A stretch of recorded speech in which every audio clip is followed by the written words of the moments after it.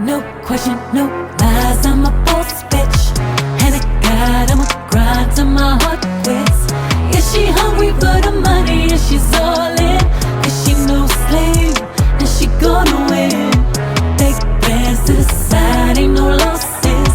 Stack bands, no ties, except for my kid. Only thing that's on her mind is to be rich. And she no slave, and she gonna win. No sleep, no sleep, no sleep. No sleep, no sleep, no sleep. Yeah, she hungry for the money, and she's all in. Cause she no slave, and she gonna. What's up, guys? Thank you for tuning in to another Boss Bitch Tips episode. It's your girl, Phoenix Novell. What up? This episode is called How to Avoid a Broken Heart. I'm going to give you guys 3 tips to avoid a broken heart. We've all been there, some worse than others. But I feel like I can give you guys tips to prepare yourself from feeling the pain that having a broken heart can really cause a person. I want to say thank you guys for liking and subscribing and following me on my channel. I appreciate you checking out my videos, my music, my art, everything. And don't forget to subscribe. Don't forget to leave messages and comments and communicate. I always look forward to getting to know more people, and I'm so grateful that you're here.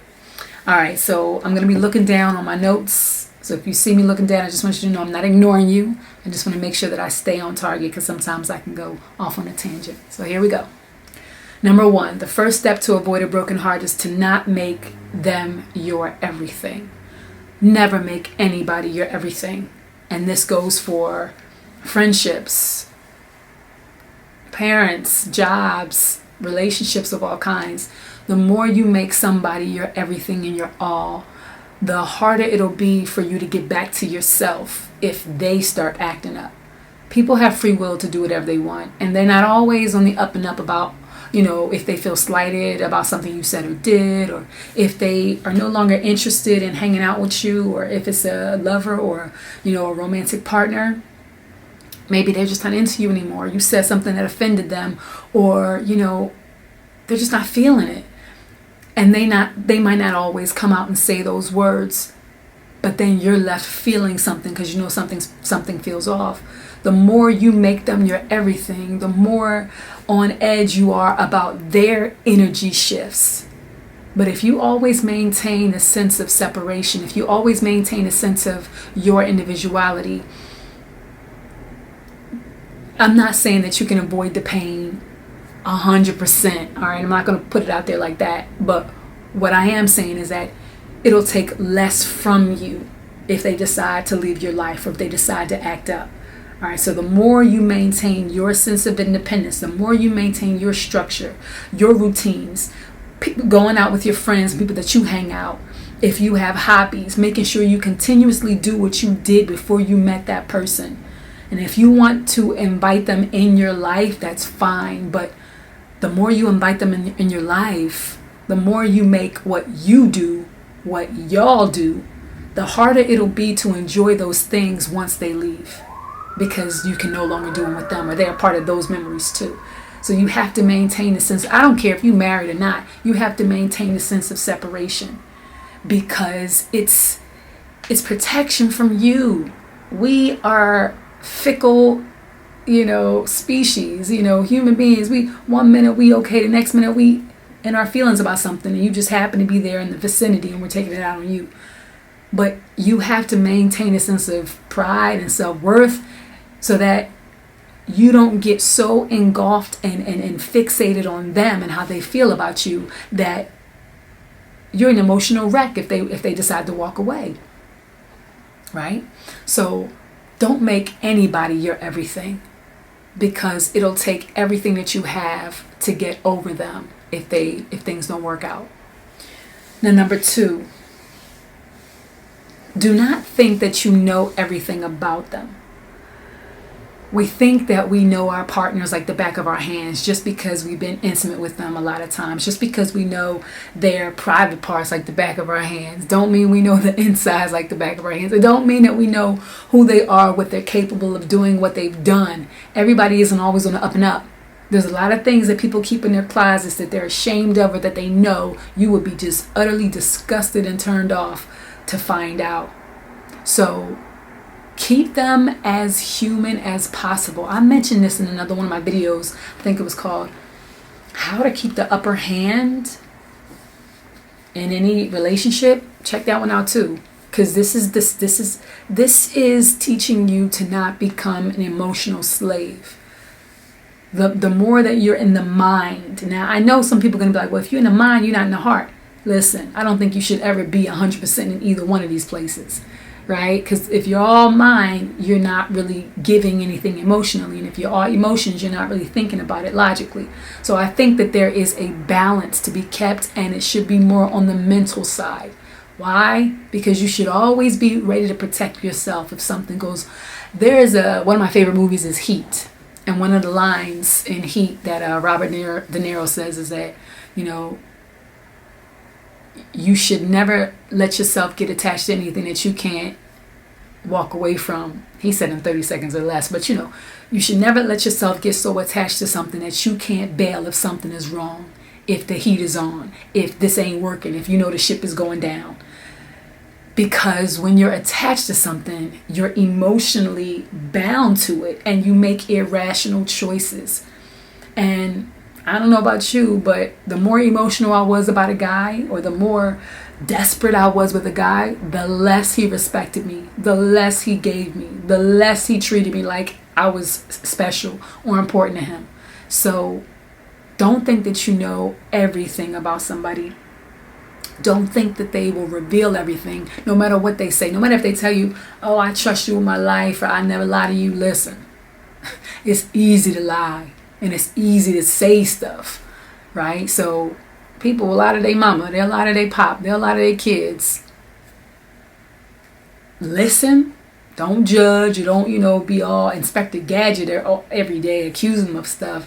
But don't be naive and believe that everything that they present is what it is. Because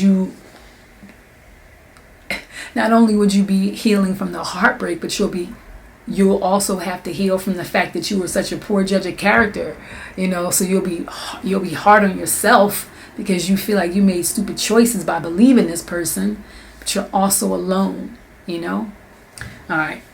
And the final one is create space for you so you don't get,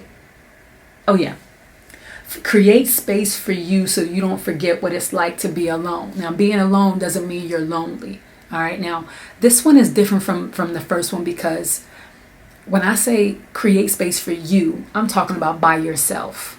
I'm not talking about, hanging with my friends, hanging with other people doing something. I'm talking about be okay being alone. Because when you're going through heartbreak, it's in those alone moments that you're the most vulnerable. That your mind will just go, everything. It'll be replaying the relationship. It'll be trying to figure out exactly how it went wrong. It'll be trying to figure out if you're the victim. It'll be trying to figure out if you missed something. Your mind will be going, like the Energizer Bunny when you are alone. And if you maintain space when you're doing the relationship, right, where you have that alone time, then you'll be able to know how you feel in your alone time. You'll be able to know if you feel whole, complete, solid, or if you're constantly longing or trying to pine after or thinking about this other person. Now, if you have that space during the relationship and you start feeling those feelings of, I wonder what he's doing, is he cheating, I don't trust him, what's going on, or you can't really find joy in being alone, this is a clear indication that you're not in a healthy relationship.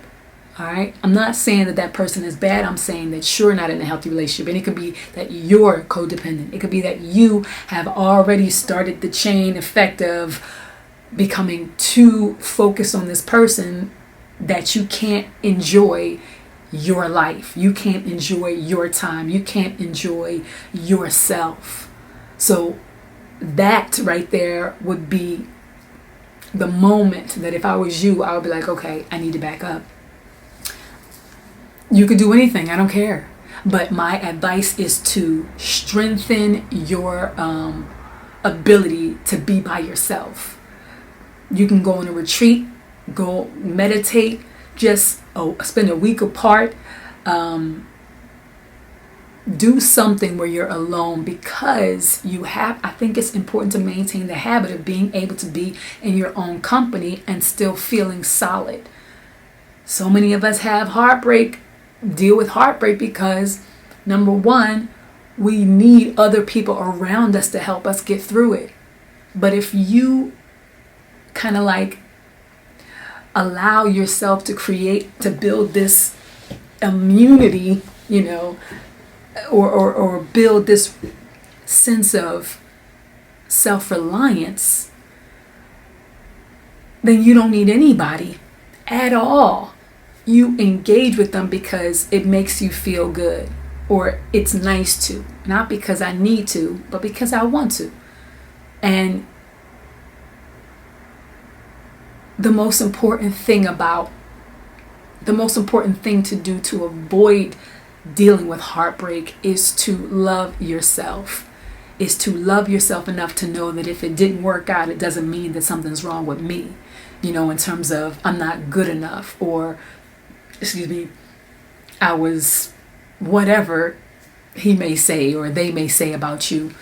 The more you love yourself, the more when you can be real with what you need to work on. But that doesn't mean that you don't love yourself. It just means that you're able to recognize how you can be better for the next relationship without being hard on yourself about this one not working.